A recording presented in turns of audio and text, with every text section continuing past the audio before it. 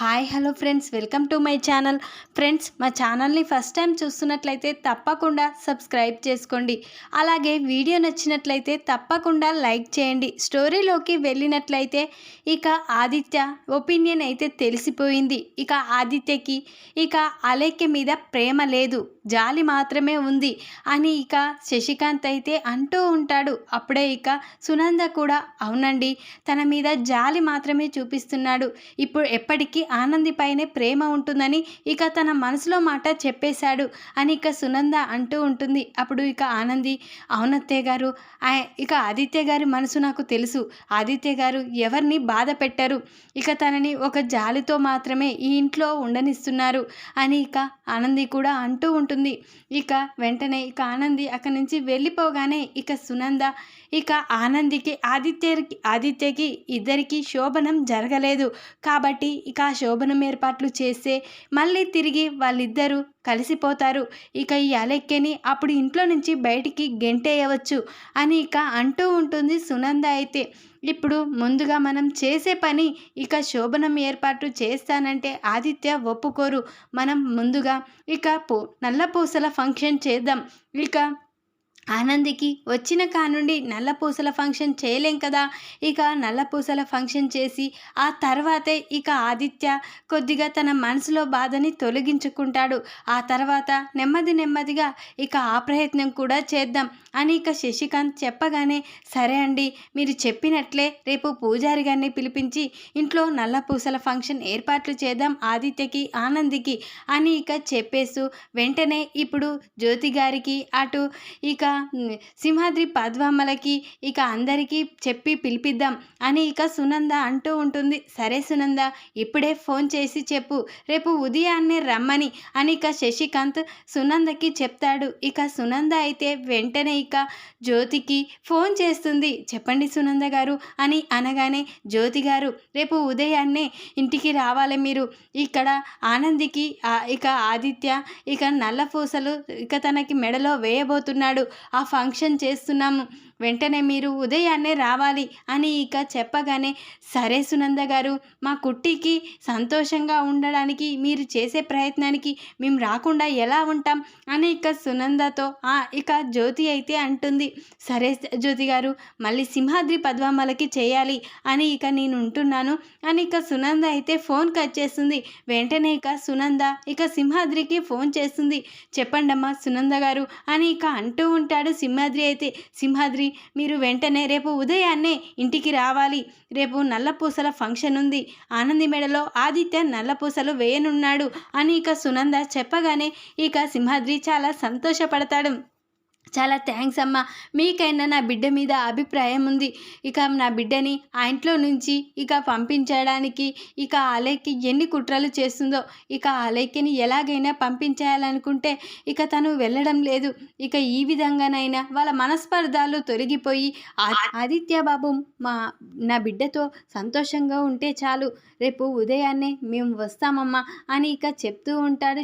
ఇక సింహాద్రి అయితే వెంటనే పద్మమ్మ ఇక పదాలు, రేపు ఉదయాన్నే మనం ఇక సునంద గారింటికి వెళ్ళాలనే ఇక అని అంటూ సంతోషపడుతూ ఉంటాడు సింహాద్రి అయితే. అప్పుడే ఇక పద్మమ్మ, ఏంటయ్యా అంత సంతోషంగా ఉన్నారు అని ఇక పద్మమ్మ అంటూ ఉంటుంది. అవునే పద్దాలు, మన బిడ్డకి ఆ సునందమ్మ ఆదిత్య బాబు గారు మెడలో ఇక నల్లపూసల వేసే కార్యక్రమం చేస్తుందంట, రేపు ఉదయాన్నే రమ్మని ఫోన్ చేసింది అని అనగానే చాలా సంతోషపడుతుంది ఇంకా పద్మమ్మ అయితే. ఇక అందరినీ చెప్పేసి ఇక పూజారి గారికి కూడా చెప్తుంది. వెంటనే దివ్యమైన ముహూర్తం ఉంది రేపు ఉదయాన్నే అని చెప్పడంతో ఇక అన్ని కార్యక్రమాలు జరుపుతూ ఉంటారు.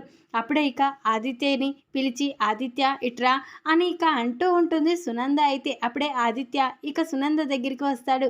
ఏంటమ్మా అని అనగానే, రేపు ఉదయాన్నే ఎక్కడికి వెళ్ళొద్దు అని ఇక అనగానే, ఏంటమ్మా ఎక్కడికి వెళ్ళొద్దు, ఆఫీస్కి వెళ్ళాలి కదా అని అంటూ ఉంటాడు ఆదిత్య అయితే. లేదు, రేపు ఉదయాన్నే ఇక నువ్వు ఆనంది మెడలో నల్ల పూసలు వేయాలి ఇక అని చెప్పగానే ఇక ఆదిత్య ఇక ఇప్పుడేంటమ్మా అని అంటూ ఉంటాడు. ఏంట్రా, పెళ్ళై ఇన్ని రోజులైంది, ఇక ఆనంది మెడలో నల్ల పూసలు ఏ రోజు చేస్తావు, రేపు దివ్యమైన ముహూర్తం ఉందని పూజారి గారు చెప్పారు, అందుకే ఈ కార్యక్రమం చేస్తున్నాం అని ఇక సునంద అయితే ఆదిత్యకి చెప్తుంది.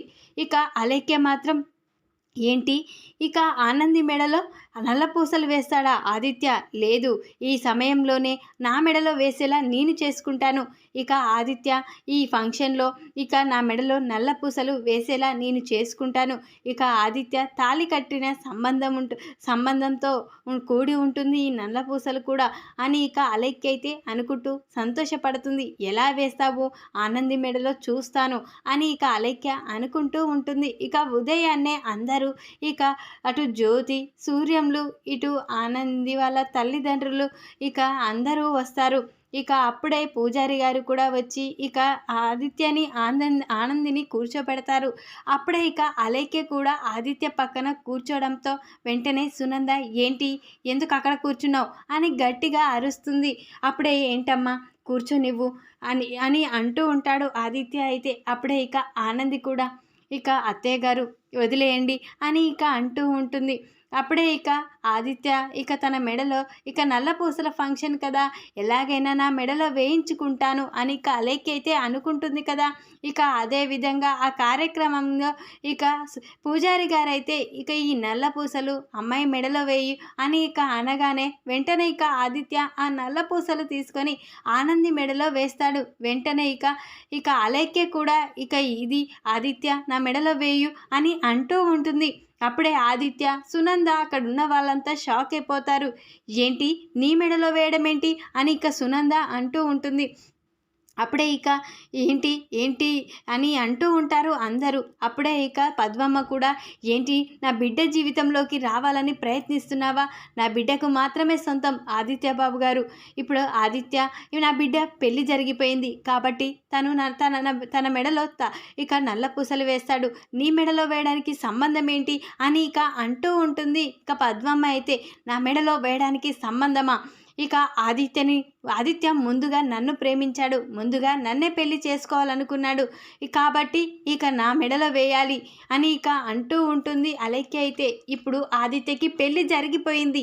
ఆదిత్య ఇక ఆనందికి సొంతం అయిపోయాడు కాబట్టి ఆనంది మాత్రమే తన భార్య అని జ్యోతి అంటూ ఉంటుంది. మీరు లాయర్ కదా, లాయర్ ప్రకారం ఆలోచించండి. ఇక నేను ప్రాణంగా ప్రేమించాను ఆదిత్యని. ఆదిత్య కోసం నేను నా తల్లిదండ్రులని కాదని వెళ్ళొచ్చాను.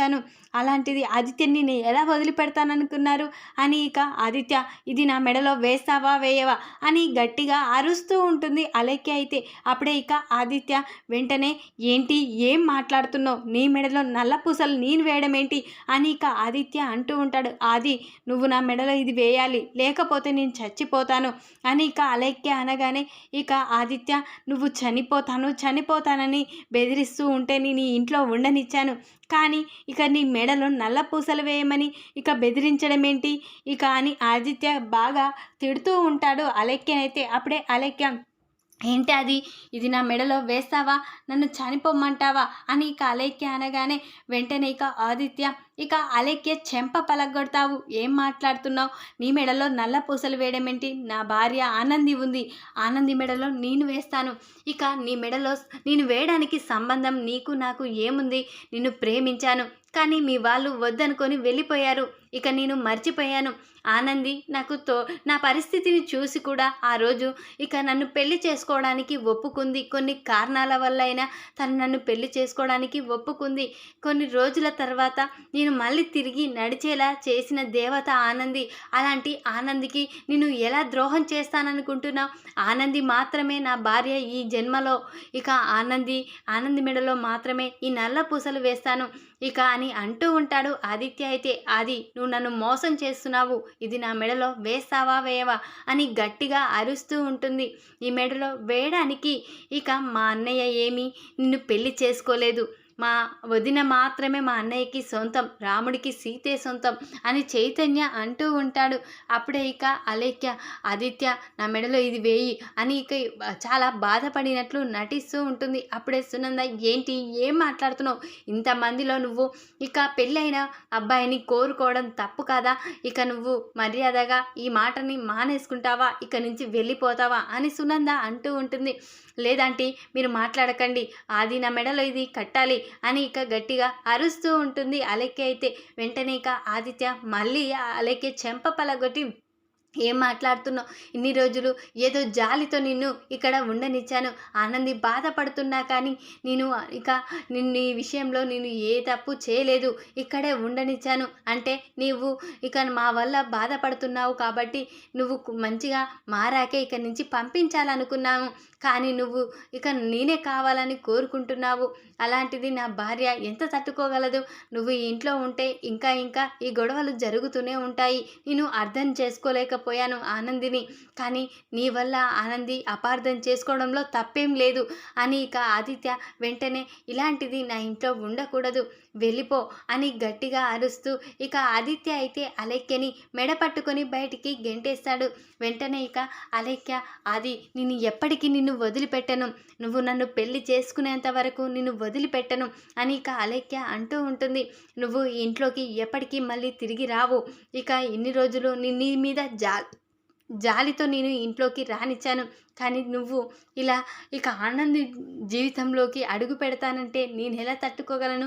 ఆనంది నా విషయంలో ఎంతో చేసింది, మా కుటుంబం విషయంలో కూడా ఆనంది మాకు ఎంతో మంచి చేసింది. అలాంటి ఆనందికి నేను ద్రోహం చేయలేను. ఇప్పుడు నా మనసులో ఆనంది మాత్రమే ఉంది అని ఇక ఆదిత్య గట్టిగా అలేఖ్యకైతే ఆనంది మీద ఉన్న ప్రేమనైతే చెప్పేస్తాడు. వెంటనే ఇక అక్కడున్న వాళ్ళంతా చాలా సంతోషపడుతూ ఉంటారు. ఇక అలేఖ్యనైతే ఇక జ్యోతి, నువ్వు ఇప్పుడు ఎలాగో సీనుగాడు నీ మెడలో తాళి కట్టాడు కాబట్టి మూడు ముళ్ళ బంధం ఎప్పటికీ ఇక జీవితాంతం తోడుగా ఉండవలసిందే. ఇక కాబట్టి నువ్వు సీనుకు మాత్రమే సొంతం. సీను నీ మెడలో నల్ల పూసలు వేస్తాడు. ఇక సీనువే నీ భర్త. ఇప్పుడు నువ్వు రోడ్డు పాలు కాకుండా వెంటనే సీను దగ్గరికి వెళ్ళి చక్కని భవిష్యత్తుని దోలాడుకో అని ఇక జ్యోతి కూడా చెప్తుంది. వెంటనే ఇక అలెక్కి అయితే ఇక ఇన్ని రోజులు జీవన చెప్పిన మాటలు విని ఇక ఆనంది ఒక డబ్బు కోసమే ఆ ఇంటికి వచ్చిందని అని ఇక చెప్తుంది కదా. ఇక అసలు నిజమైతే తెలుసుకుంటుంది. ఆదిత్య కూడా ఆనందిపై అంత ప్రేమని ఇక తెలియజేస్తాడు. ఇక ఆదిత్య ఇక ఆ విషయం తెలుసుకున్న అలేఖ్య, ఇక ఆదికి నా మీద ప్రేమ లేదు, నేనే ఇక పొరపడి ఇక ఆనంది విషయంలో నేను తప్పు చేశాను, నా మీద ప్రేమ లేకుండా ఆది ఇప్పుడు నన్ను ఎలా పెళ్లి చేసుకుంటాడు? అయినా నేను ఆ రోజు వెళ్ళిపోవడం వల్ల ఇక మా నాన్న వల్లే కదా వెళ్ళిపోయింది. కాబట్టి ఇప్పుడు ఆది వేరే వాళ్ళకి సొంతమయ్యాడు. నేను ఈ జీవన మాటలు పట్టుకొని ఇక ఆదిత్య జీవితంలోకి అడుగు పెట్టాలనుకున్నాను, ఆనందిని బాధ పెట్టాలనుకున్నాను. నిజంగా చెప్పాలంటే ఆనంది నా విషయంలో ఎంతో చేసింది. చావు బ్రతుకులో ఉన్న నన్ను కాపాడింది. తన తల్లిదండ్రుల దగ్గర ఇక తనను నా నా సొంత అక్కలా చూసుకుంది. అలాంటి ఆనందికి నేను ద్రోహం చేయాలనుకున్నానా అని చాలా బాధపడుతూ క్షమించానంది అక్క అని ఇక ఆనంది కాళ్ళపై పడుతుంది. వెంటనే ఇక నువ్వు ఏమీ తప్పు చేయలేదు, నువ్వు ప్రేమించావు కాబట్టి స్వార్థంతో ఆలోచించావు అంతే. ఇక అని ఆనంది ఇక అలేఖ్యని మళ్ళీ ఇక వెనుకేసుకొస్తుంది. అలేఖ్య మాత్రం ఆనంది గొప్పతనాన్ని అయితే తెలుసుకుంటుంది.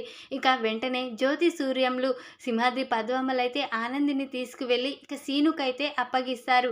ఈ విధంగానైతే ఇక నల్లపూసల ఫంక్షన్లో ఇక ఆనంది గొప్పతనం ఆదిత్య మనసులో ఆనందికి ఉన్న చోటును తెలుసుకొని ఇక అలేఖ్య మాత్రం మనసు మార్చుకొని సీను దగ్గరికి అయితే వెళ్ళిపోతుంది. ఈ వీడియో కనుక మీకు నచ్చినట్లయితే లైక్ చేయండి. మరిన్ని వీడియోల కోసం ఛానల్ని సబ్స్క్రైబ్ చేసుకోండి ఫ్రెండ్స్. Thanks for watching.